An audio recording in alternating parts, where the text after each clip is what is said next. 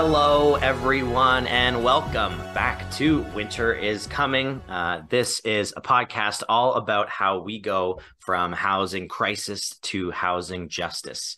And we are talking specifically about this idea, this term, housing justice, as a way in this series to talk about the complexity and nuance to addressing the housing crisis that isn't isolated simply to lower market retail prices or mortgage rates, and isn't specifically isolated to things like emergency shelters, but it includes things like affordable housing, supportive housing.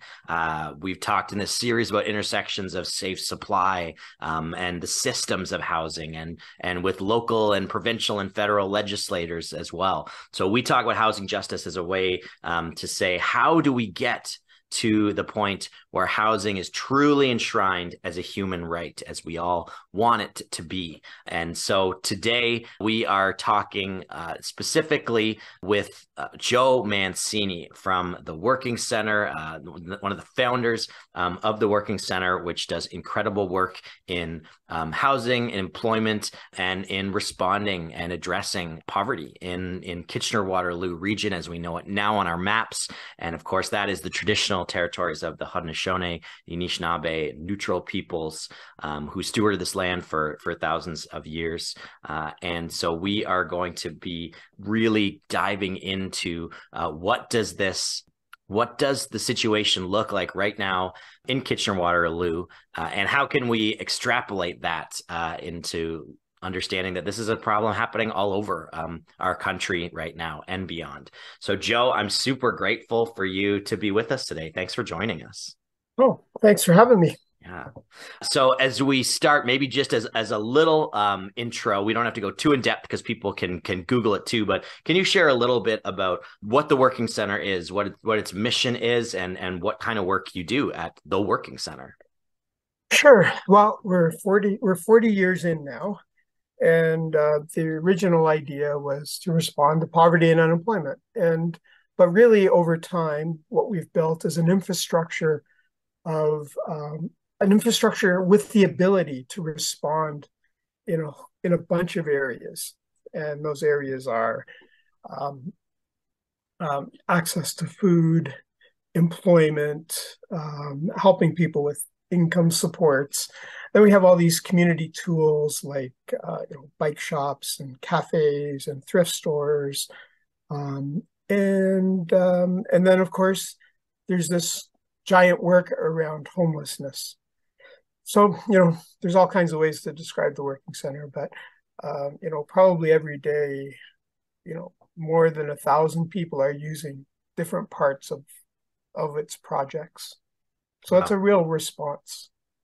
Yeah, and again, when you throw the figure out of 1,000 people, again, we're talking about one geographic region in kind of the 519, as Yeah. some Yeah. affectionately call it, in the Kitchener-Waterloo region. And so we're not talking about 1,000 people over the country or over the province. We're talking about 1,000 No, people just here in our neighborhoods where we live.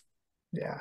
And even and those are more intense relationships than say 5 years ago. 5 years ago, we would say 1,500 people would walk through the Working Centre every day. So we use the word walk through because people are using the thrift stores and cafes, St. John's Kitchen, the Employment Resource Center.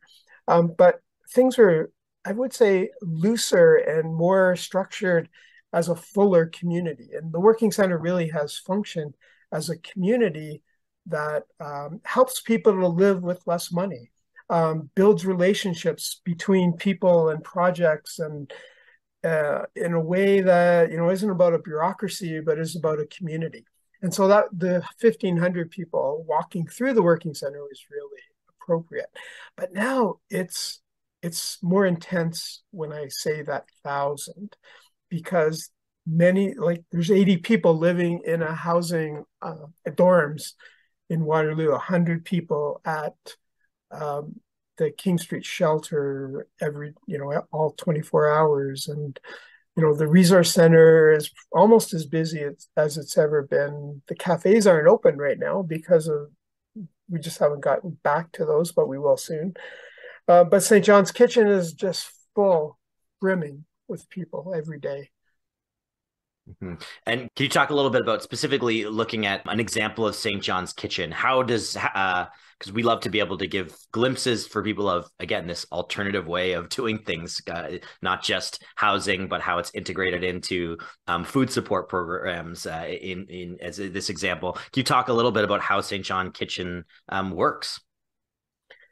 Yeah, again, it's almost I'm finding myself having to describe two different ways. St. John's Kitchen back in 1985, it really was a place started this way and really became a place where we took surplus food from the community. When you talk about justice, we talked about it in terms of taking surplus food from the community, involving people who are going to, partake of that food in producing it and serving it and cleaning up after. So it was a community of people who needed a meal each day and participated in making that meal possible. So we used to have very little staff at St. John's Kitchen. It was a real community effort among people living in rooming houses, people on disabilities. And that concept of producing a meal and serving it communally was a pretty neat thing. And that went on, but 2010, the drug crisis started really affecting the space in new ways. By 2015, it was quite severe, the effect. And the pandemic changed it once even more so. Um, and so it's a little different right now because of that changed reality. We've talked about the statistic of in the last 2 or 3 years that folks who struggle with housing insecurity, folks who are living close to the streets in KW has tripled. Can you talk a little bit about how? And yeah, I think you kind of already have started to, but can you talk a little bit more about how you've seen that impact the work right there on the ground in relationship with folks who are experiencing this? Yeah, I started, we could say in 2013 that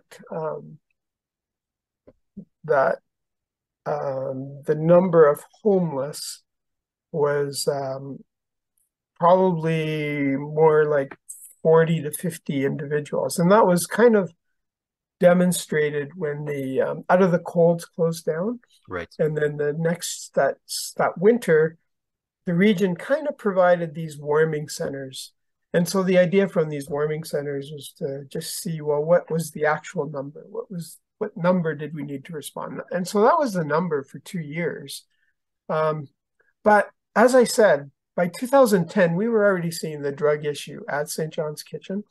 There's something boiling underneath that. The numbers around homelessness and the reality of the drug situation just were not really meshing in our minds. We weren't understanding it. People were hiding. When I say hiding, we know there was a building in downtown Kitchener where, maybe 60, 80 people were living, Wow. squatting. And we didn't, we found out at the end, that was around 2016 when that building was emptied. That started telling us a whole different story. Yeah. Yeah. Yeah. Wow. The ability to understand that the working center who and your colleagues there who work directly in relationship on the ground alongside folks who are experiencing this that even for folks at the working center that there could be moments of these kind of shock at how the problem was actually running so much deeper and widespread is I think really important for us to understand. Yeah, it's true. It really is that 2010 we were not writing about homelessness in the way that we write about it today. So that's 20 years later. And 10 years later.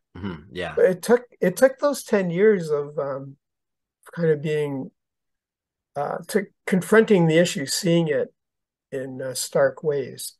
And I think it was only around 2014, could even been later, 2015, 16, where the drug issue, I think it was around 2016, the drug issue inside of St. John's Kitchen around the washrooms was just causing tremendous problems.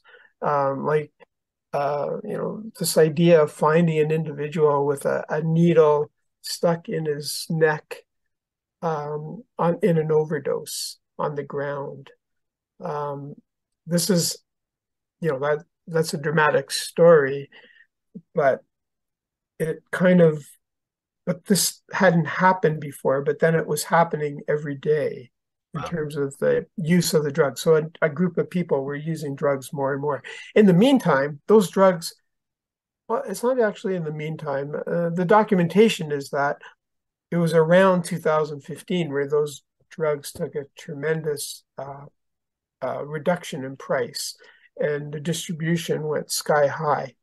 And that's because, this whole point of synthetic drugs being mass production, you could say it's cartels, but I don't consider it to be cartels. I consider it to be people who are very creative at making money, and it's dastardly in terms of what their intentions are. But nonetheless, you have a little factory, and you can figure out how to make the drugs, and then you can make them at a large scale. You're going to make a lot of money doing it, and it's kind of a sad reflection on society. But the fact that these drugs are so addictive and they can be so cheaply made and made in small and you only need small quantities of them. It just kind of it takes it's the drug issue is on a different level than it was. And I think we've had conversation in our last in the last volume of our season with Gemma Ricker, who worked out of the Working Centre and did some work in the University Ave housing, and talking about the importance of safe supply and the recognition that that this crisis is a reality, and we need to be able to house these people, to house our neighbors, I should say, who are experiencing this, and so to also understand underneath the depth and the scale of the problem, and as you all were seeing at the Working Centre, to see the correlation between the crisis around drugs exploding as housing insecurity also went up, I think is At the same time, at the same time is a really key thing, I think, for people to understand, and then to then understand that to address and respond and support our neighbors who are experiencing housing insecurity it sounds like inseparable to being able to address the opioid crisis and the crisis of fentanyl and the drug crisis in general. Would that be fair to say that these are inextricably linked? they are linked, and I would say the reason they're linked is that previously the group that was homeless, say in the 1990s, 1980s, alcohol was just part of their life. It was just assumed alcohol was um, was um, was the way people got by, and that is still true today, except even cheaper alternative are these drugs. And it's Mm-hmm. not like people are like, oh, I need these drugs. Like drugs, drugs are the need for drugs or need for alcohol, the need for any addiction is a reflection of a longing, a lost relationship, a lost ability to connect with society, to connect to work, to connect to family, to connect with loved ones. And it's that loss, it's that inside the trauma experienced and the inability to process. And these are real. These are real human emotions people go through.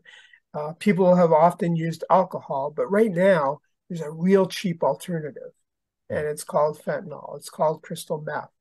And what I see on the ground is that, not all, like if I go to the shelter and talk to people, not everyone, it's only maybe 60%. I don't know if that's the right number or not, but my guess is, 40% are not on these drugs. They're homeless, but it's because they have a disability and they're on disability, but there's no way they can afford any housing. They've lost a relationship, and the alternative is to be in a shelter because they can't afford to find a place to live. But there's another whole group that very much fall into those drugs, and it could be as high as 60%.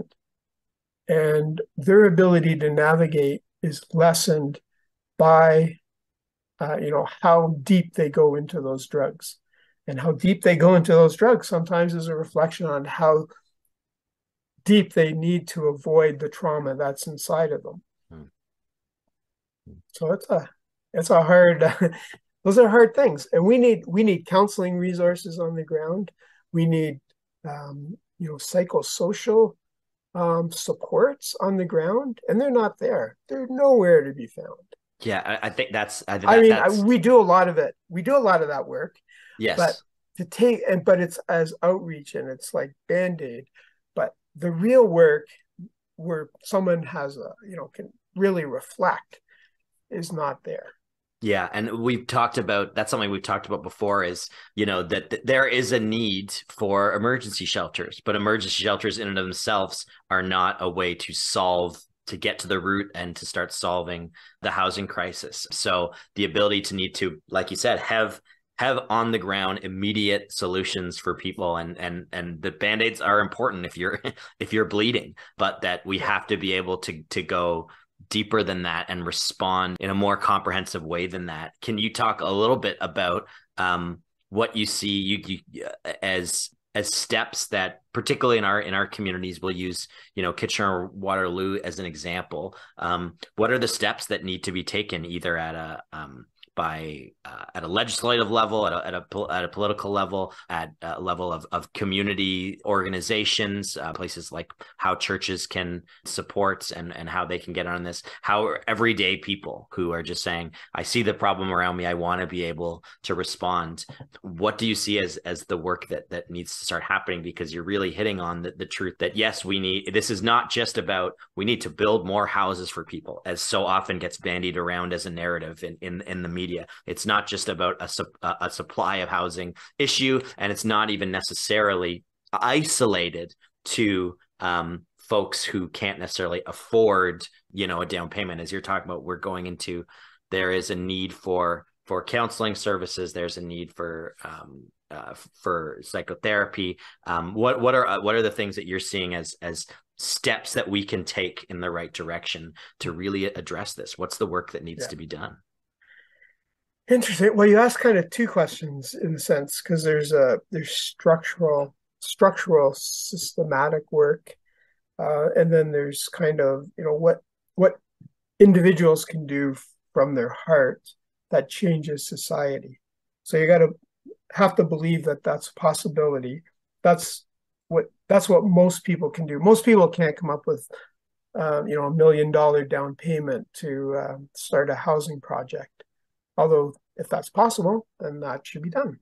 But in the meantime, a couple landlords have approached us because they're getting older. They want to sell, and they've managed to keep their rooming houses in as affordable, and so they don't want to sell this arrangement, because they know as soon as they do, the prices are going to become affordable. Yeah, they'll just get scooped up into an unaffordable situation. So then that to me is a reflection on society as around how much do you need? How are we protecting our housing stock? When you went to school, when I went to school, did we learn that we need to protect the housing stock? Did we No, care about that? that's No, not we a didn't narrative care I've about that at ever all. learned about. Yeah. Yeah. Well, I think that that should be a value of society, Mhm. and we don't even have it. We have the value of housing stock is is it going to affect my pension? Mhm. That's a pretty crappy value for a housing stock. The Mhm. value of housing stock should not be about can I make more money off housing? It should Yeah. be how do we make housing affordable? If Yeah. that's not a societal goal, then we get what we get. And sometimes I really want to save, want to, when we go into neighborhoods and as we have, and the neighbors get very upset. Sometimes I like to, well, I don't point out, but I would like to point out, well, you've bought into society. You love your $1 million houses. You've participated and you benefit from that. But in the long run, who is that excluding by your gain? Who loses? Mhm. Yeah. Again, the posture of protecting housing stock to be able to keep things affordable, to make things more affordable, is just a completely different posture than we simply just need to build more. I think it's important to Right. understand that it's not necessarily that building more that we can't build good things and build things in a new way, but as we've seen in, I think, both the federal and provincial response in Ontario at this point, is the idea that we simply need to open up to developers who are part of a system that has made things completely unaffordable, and give them more license to flood that kind of system, versus talking about how can we how can we form relationships with folks who are either landlords or who are community members, looking at what Kirsten Wright in our episode a few weeks ago talked about in investing in community wealth, in saying, like you said, if we bought in to community, how can we actually then invest more in that community, and not a greater bottom line or a greater profit margin. And those are two, I think, that, like you said, that's hard work to do. Yeah. But it comes out of the heart. So that's Mhm. heart work. That's only going to happen. I mean, what forum in society does that? It's probably not at the economics club, Yeah. um, but but it would be in churches. Yeah. So that's a great starting point. Yeah.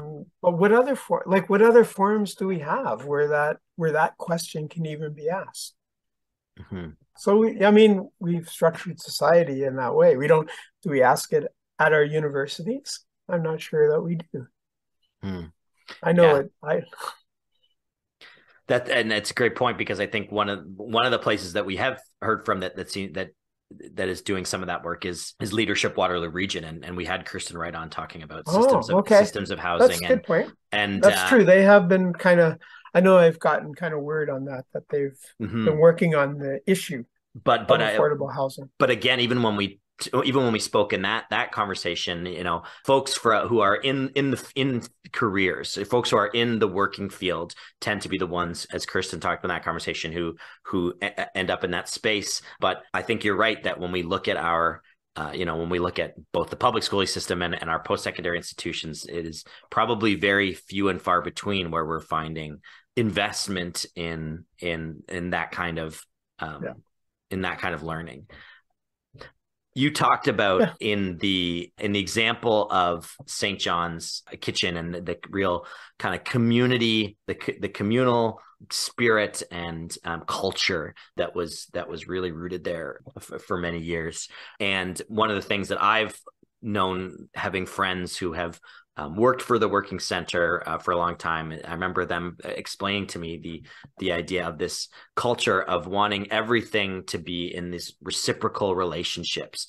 So an approach that is not, here's a support worker and here's someone who's in need, or here's a staff person and here's somebody who is experiencing homelessness. That might be the entry points where some people come from, but that within the Working Centre, investing in reciprocity and reciprocal relationships, and this community aspect is key to the work, and I think the success of what you do. Can you talk a little bit about what it looks like and that approach of what it means to invest in these reciprocal relationships, working not in a hierarchical form, but working alongside people who are our neighbors who are experiencing needs that they would come to the working center? Yeah, well, it definitely is inbred into the working center kind of style and approach. Um, and so the culture works to perpetuate itself. But for example, the King Street shelter is kind of just over a year old as a shelter, starting at St. Andrews, moving to Edith Mack, and then now at this old Schwaben Club. So it's a new culture, new staffing, lots of staffing, good 20 people are on staff there running the 3 shifts, maybe even more. And it was Stephanie just today they did a morning Zoom session, people unpacking the work that they're doing. And Stephanie is amazing at taking notes. Nobody can take notes like she can and still And run. Stephanie is one of the other Is founders my wife. of the working And center, right? yes, Okay. and Yeah. who, we've worked on this working center together for 40 years Yeah. while being married. But nobody can run a Zoom meeting and take notes like Stephanie can. Like most people can maybe run a Zoom meeting, but there's no way they can take notes. I struggle at doing both, so that Yeah, I do find that I think everybody who's had Zoom over the last 2 years, like every day, basically, would have great respect for that ability because it takes a lot out of you to be on Zoom anyway. So yeah. And anyways, she is able to write out verbatim notes so well. And we were just reading them.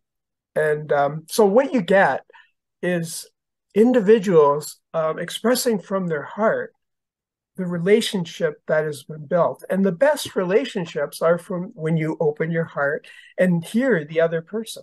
So the people at the shelter are often in distress, in the sense of the situation they find themselves in, without housing, um, just the survival nature of the reality, living in a place where there's 100 other people, living, having your bed next to someone else, and trying to make it all work. But here, every person is talking about how their heart is moved by a certain kind of openness to hear what another person is saying, like seeing the karaoke nights kind of breaking out often. hmm. And then, they can be kind of obnoxious, but at the same time joyful. Hmm. And to join in that, like not to say, oh, why are people doing that? No, it's to be part of a community. But it's so much more than that. It's, like someone, who gets in a fight with someone else, and then to spend time with that person, and like not as, the security, but as a Hmm. friend to Hmm. understand, what's going on. And the person, you're just unpacking people's realities and not standing above, but walking with. And if you do that, the fact is, it's when we open our hearts that we find more joy, that we find a better kind of relationship. Like then, you're not, you don't go home to say, these damn people and what they are doing, they're making my job harder. It's, oh, I was part of a community. And that's one of the things. So many Hmm. people reflect after they get home. What an important job they've they've just had, or that they've just done, that they've given people shelter, but not but they feel like they're participating with the participants of the shelter in giving shelter. Hmm. So like this is a sense of community. And so that does not happen if you create a bureaucracy with rules. So we don't have the shelter has barely any rules. And for 40 years, people have told us you need rules, you need rules. Yeah, because Well, as you say that, I feel like that would shock people, and people immediately would go, "Well, there's no possible way that can work." So yeah, let's keep in mind as you continue here, you've been yeah, operating for 40 years. yeah. And the rules argument has been everywhere. Every project wants rules. And it's just not, you just don't say, don't do this, don't do that. It's the opposite. It's just, well, how can we have fun together? How can we build a relationship together? How can we make this such that your anger affects other people a lot less? Mm. And you just kind of, rather than saying you can't be angry, well, what good does that do? Mm. All that does is push people away. So most of our shelters, I have to say, St. John's Kitchen and all the shelters, we specialize in not pushing people away. We Mm. specialize in taking in those who probably have been kicked out of very many places. Yeah, and we know that we've talked about that. That's that's an issue that comes up, and I've talked with folks, neighbors, and folks who live close to the streets who they live in that situation where during COVID they had the choice between a shelter where there was already an outbreak of COVID and one where they aren't able to go because they've been kicked out and aren't able to be there. And of course, I am very understanding for folks who are working in isolated shelter situations or who are purely staffed by volunteers that they're doing their best. But I think Yeah, it's just for sure. it's really valuable for us as community members, as neighbors, to hear what you're talking about, that creating community together is a whole different approach than a hierarchical one, saying, we're the people in charge providing support, and you're the folks receiving it. And that focusing on this posture of how can we ensure that we're not driving people away? How can we work through things? I mean, what you're talking about is to me the way healthy family units operate, which is when issues come up that need to be addressed, it's not through restriction or punishment that folks grow and flourish and that families grow together. It's through addressing and saying, how can we all do better together? And that's a whole different approach. And we could do a whole episode on how we get Okay. away from bureaucracy. But I just think but those things in That's particular, I just think are really valuable to us for us to understand. That's a yeah, whole different approach that would shock people, saying we yeah, barely have any rules. And yet you see the success of that yeah. in your And projects. and we wrote a book about that. It's called Transition to Common Work. Hmm. And the title actually does describe that. We need to transition away from the old kind of work and see common work as a different way of acting. And contrasting common work with kind of bureaucratic work. Hmm. Like even volunteer work can be bureaucratic work. Um, Yeah, you know, absolutely. Yeah. but common is hearing the other. Hmm. And, can we hear the other? That's kind of not the way our society is developed. So we have a long way to go. But I Hmm. mean, the Gospels, they kind of say that. So like, can we have a gospel society? That's certainly the roots of the Working Center. Hmm. And so we still try and live it, but I can tell you, it's still living. It's Hmm. as vibrant today as ever, and it's kind of neat. When you talk about the idea of making that connection to Christian spiritual tradition and that word gospel, to me as someone who comes from that tradition and continues as a youth minister to work in that tradition, it's a beautiful alternative to what so many people probably would have heard in media or of what it looks like for a gospel society, in terms of that often that is just immediately implied to be right-wing, Christo-fascism, as we certainly see. And so I just love the idea of being able to challenge that with an alternative idea of what it means, because a lot of folks listening, not everyone, but a lot of folks who listen here come from the United Church world or different Christian contexts. And so to make that connection, I think, is really important for them.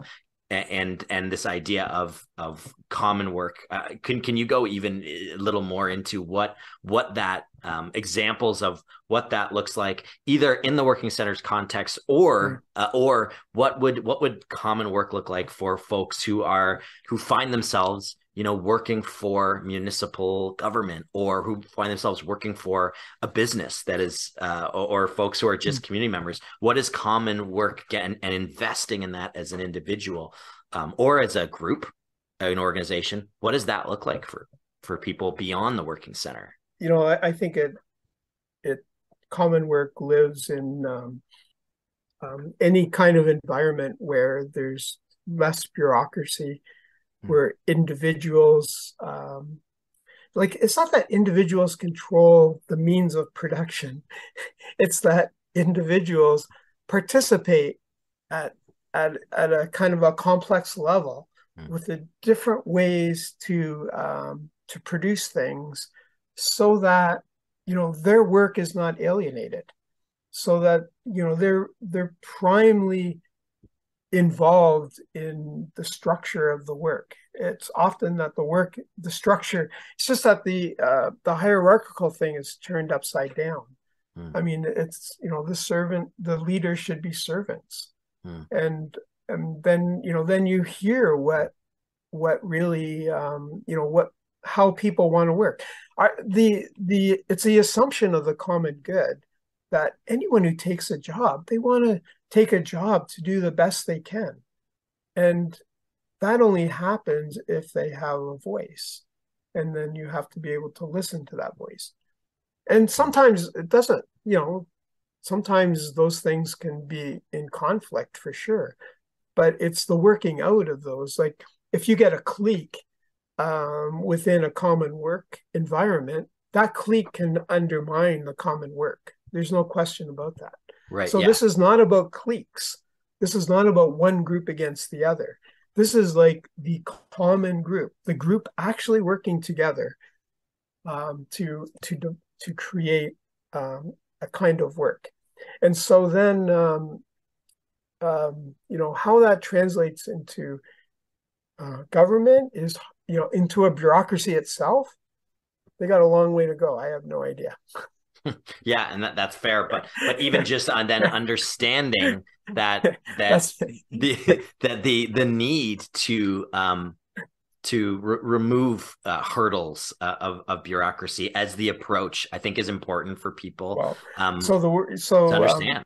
You don't have to. The bureaucracy, increasingly bureaucracy at all levels. Here's a great example: the bylaw people of Kitchener and Waterloo in particular have educated themselves, have involved themselves in the homelessness issue, and have made decisions around, these encampments.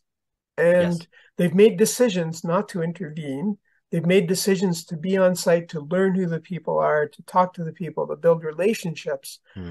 And they've changed as a structure. The bylaw people 10 years ago were not like the bylaw people today. I'd love to name names. The woman who's running the Kitchener bylaw she's amazing what she has done. And she's really transformed the structure of work. So within a bureaucracy, you can do that. I think that's so hopeful for people to hear. I mean, because literally nothing can send shivers up anyone's spine like saying bylaw officer. And I lived in Toronto for a long time, and I delivered furniture. And so we immediately hear that and nice. And you immediately think, oh my gosh, I got a ticket, parking our van somewhere. So, so I think that is— You're following me. Yes, exactly. So I think that's a beautiful example for people of saying, even the enacting the work of bylaw officers can that shifting an approach, and that again, this to me, it goes back to this common theme that's run through this whole conversation of the community and reciprocity of having relationships be at the forefront can change even what would seem to be the most rigid or restrictive work, something like bylaw officers, and that if you to even be able to say the example that compared to 10 years ago, the work being done now in that respect has improved, I think is really important for people to believe that things can change, and that we often think, we would need these big gigantic shifts, and of course we do want to see big gigantic shifts in, like we talked about, the systems of actually how we protect housing, how we produce, but that on a local level, on a very almost granular level, that important shifts and good shifts can happen, with how bylaw officers approach the folks who are living in encampments. Yeah. I think But that's really those bylaw hopeful. officers have to be supported by the community. Hmm. So, and on all kinds of levels. Talk about Make that. what that looks like. Well, they have to have some confidence that the outreach workers are helping to resolve the situation. I mean, let's face it, tenting on Moose Island isn't like a long-term viable strategy for Victoria Park, unless we decide that it's actually, a site for condominiums as opposed to being a public park. So then for the bylaw officers to not be heavy-handed, they need to work in cooperation with the outreach workers to get good information, to feel like different levels of government are making, like, for example, the region of Waterloo is, we've got open the King Street shelter. We got it up to 100 people. Then they opened the Y one that had been closed for no good reason, finally was reopened. And now we're planning, finally the House Friendship is opening up after a year. Yes. So these are very concrete steps that help, say, okay, well, this, we don't have to resolve this problem. It's not a great idea for Moose Island to be an encampment, but let's take a long view.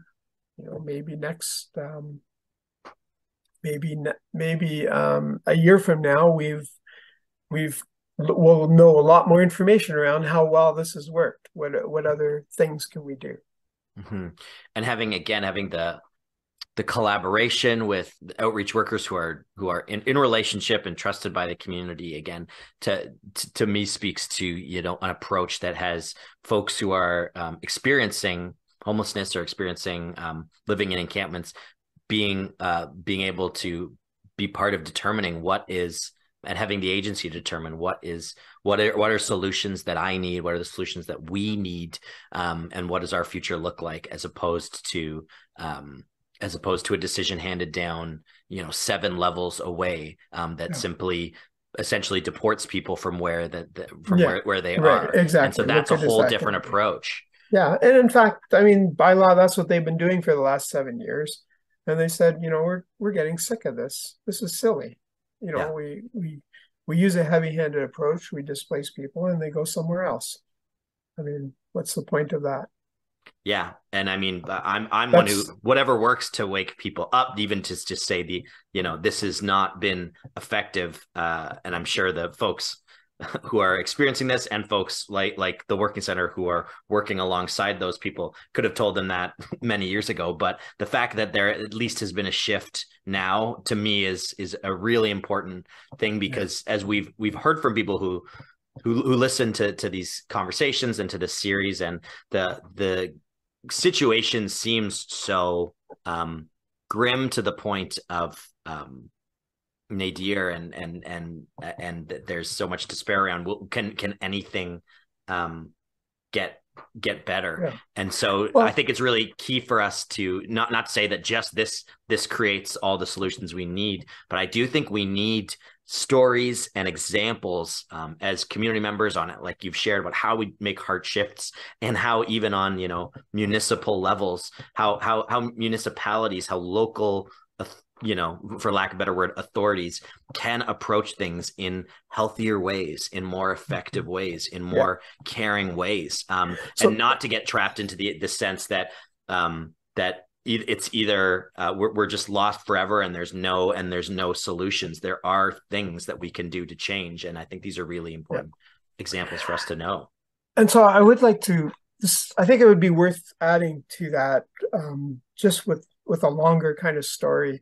So summer of 2019, we presented to the city of Kitchener, whatever, it's a group, can't think of the name. But there were 250 people who are homeless that we could count. So, you can see them on the street. This is very different, very, very different than anything we've seen before. Let's at minimum, let's get some more shelter in place.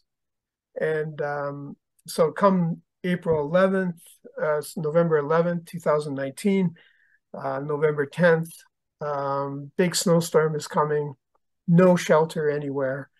What are the 250 people going to do? We were at Mass at St. Mary's. We asked Father Toby if he would consent to let us use the basement. He did. November 11th, Stephanie did an amazing job organizing this. The shelter opened at St. Mary's Church that night in the middle of the snowstorm. Really, but it nailed the issue. It said shelter needs to be open. We live in Kitchener. We live in Southern Ontario. November, you can expect snowstorms. How come the system hasn't figured out that we should have shelters open before December 1st? Like, really? So that started us on a thing. And then we had like 250 different individuals that that lived in that shelter, 125 people a night. It was pretty crazy. We said we have to keep going. After 2 weeks, we rented a vacant Tim Hortons and turned that into a shelter, and we just kept it going. And until we were saying, until you get your shelter open, this is what we're going to do. And not only that, but your shelter you're planning is only for 40 people, and we can identify 100 and we have triple 125, 200 people. So we kept that going, but it was pretty exhausting. We did close it down at the end of December with the promise that they were going to do this and that. Mostly that they gave us motel rooms. And so then COVID hit. And then, COVID hit and it wasn't any better. It was really bad that first month, people on the street, and like services not open and things. A whole encampment started taking shape around St. John's Kitchen. That was happening even before the pandemic. It just got worse. By the summer, there were probably 50 to 70 people living around the property of St. John's Kitchen and encampments to summer 2020. Region came up with, they said, we've identified a building at University Avenue in Waterloo, former student residence. The region said they would rent it. And we went, other groups turned it down. We went there mid-August, and we said, the next minute, we said we would take it. We would operate it. We submitted a budget to the region. We had it filled October 1st. And we filled it with people from who were around St. John's Kitchen, essentially, and people who are in motels. And that's been going on, And that's University Avenue House. Yeah. But it's pretty important kind of initiative out of nowhere. So it's that's been a painful journey, let me tell you. trying to figure out staffing and scheduling and 24-hour work. Um, and but it's also it's also been a meaningful journey to provide those 250 spaces. Those 250 spaces doubles the shelter system in Waterloo region. Wow. October 2019, there were 250 spaces. Right now, just from what we've done, we've added 250, so we've doubled it. Wow. And that old number was developed over 20 years. Now the Yeah. region has put it into it's increasingly putting some of these projects, like the UA project, into its operating budget because Great. there's just no other choice. Yeah, just as a highlight for folks, if they haven't listened to the episode that we recorded with Gemma Ricker, who worked alongside folks at University Avenue, it's a really Hmm. it's a really great listen because she also just talks about the community that was formed Oh, there as well. she That it talked was about common work, did she? yeah, yeah, and the and the that it was a very hard journey, but that also what started to happen was as you talked about at the beginning of this conversation, real community started to form, and as folks were able to successfully transition out, there were even folks who would come back around because they wanted to continue to share in community with people that they had built community with Yeah, and shared yeah. life with, and so Let not me let me only tell you a story of that. yeah. Um, this came just today. Um, I remember this summer an individual, we've known him on the street for quite a long time. He's held out. Um, not just he's a real independent guy, very doesn't want to be in a shelter. Um, but I remember him getting arrested on Queen Street, seeing it happen, and it's just because he's just, sometimes people, and I have no idea if it was drugs or just like the mental health, that he needs something, and his only way to express it is kind of in a bit of a crazy way, and then someone gets excited about that, calls the police. Anyways, I remember seeing him in the police car, then he was released, and he was just so upset about it all. But he went away, stayed in his.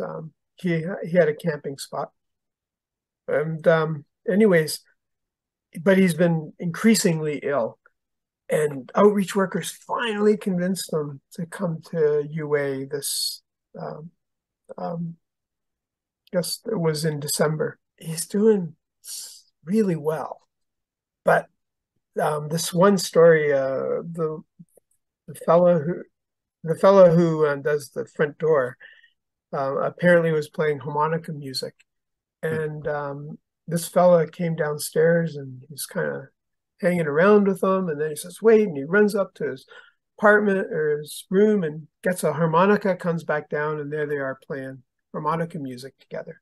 Like, that's common work in this context.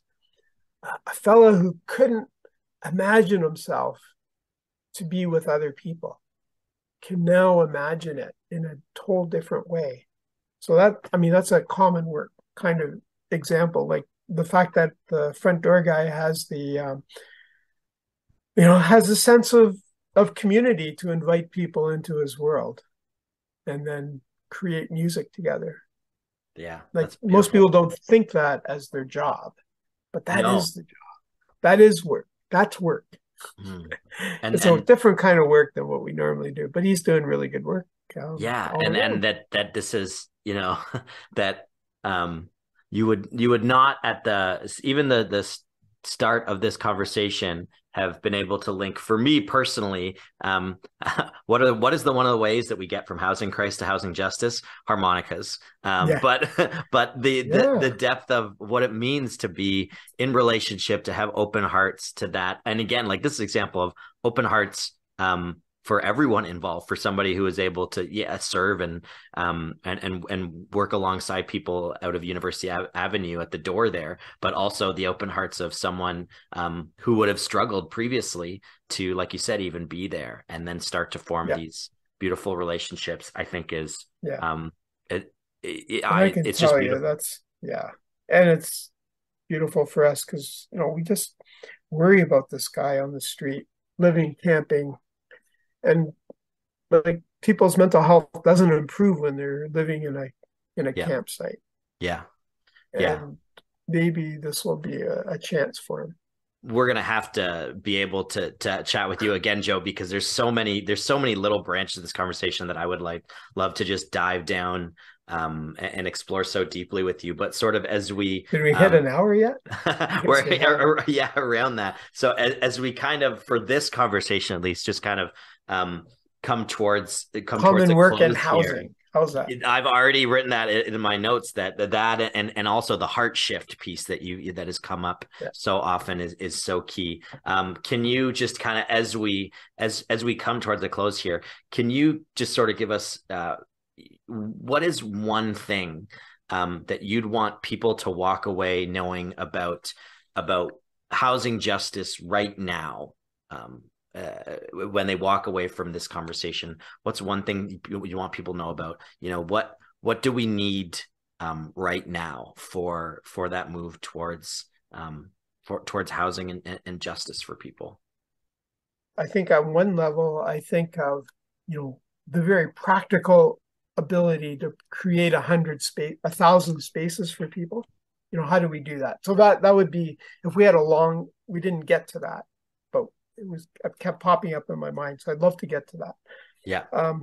But given that that's not completely the reality, like that's not, I think we're talking about changing hearts.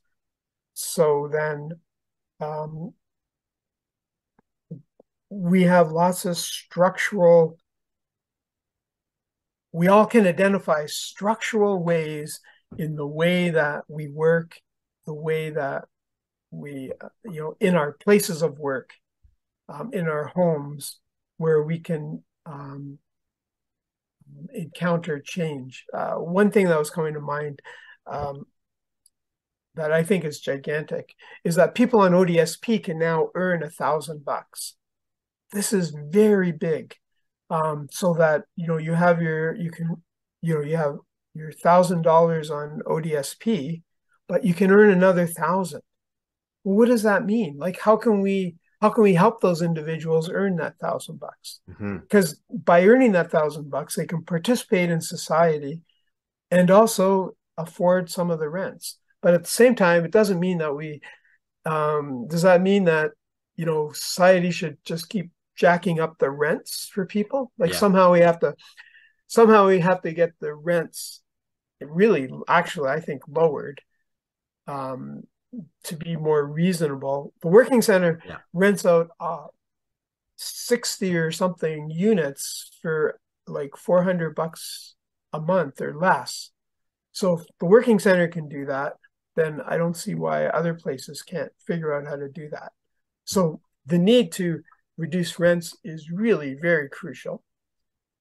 And at the same time, we have to then think about in our workplaces and the way we work, how to kind of spread opportunities for people so that they have access to more money to afford the rents that are there.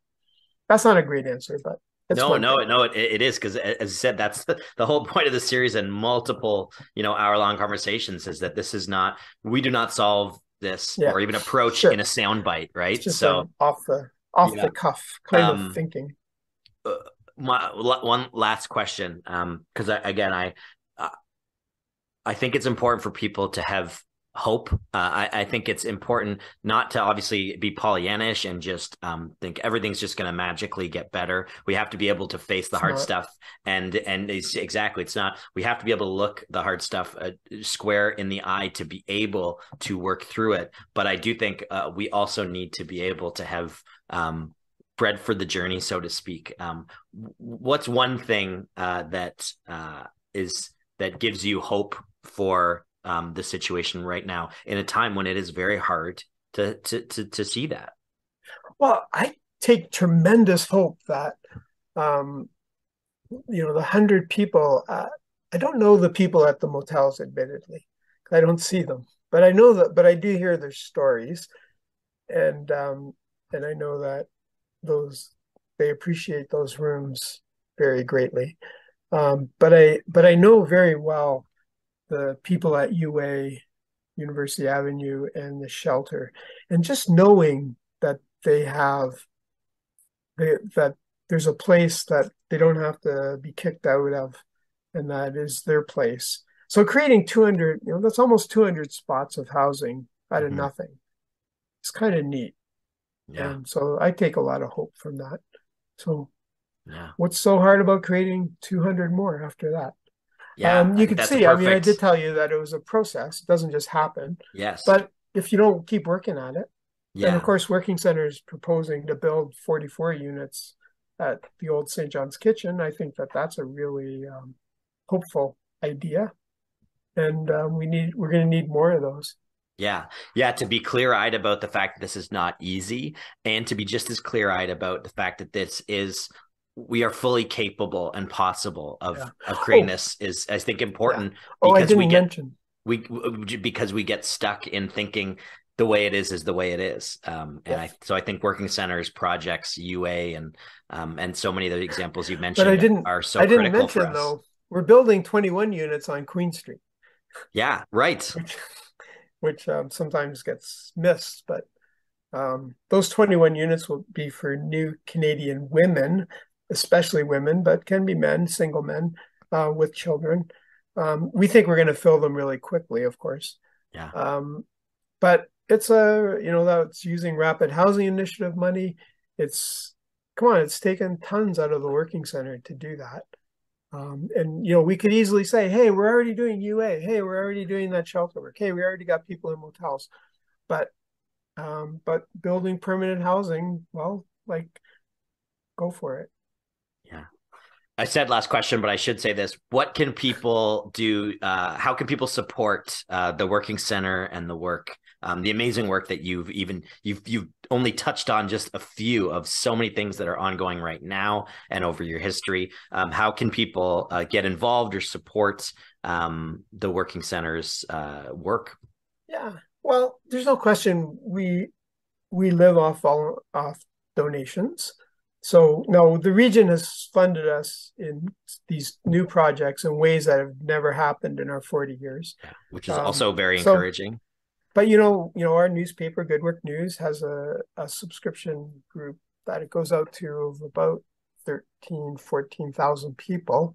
Wow. And those are, what does it say? A subscription is a donation to our work. That means people who get that Good Work News have donated at least once to the Working Center. And we really rely on that group to help us.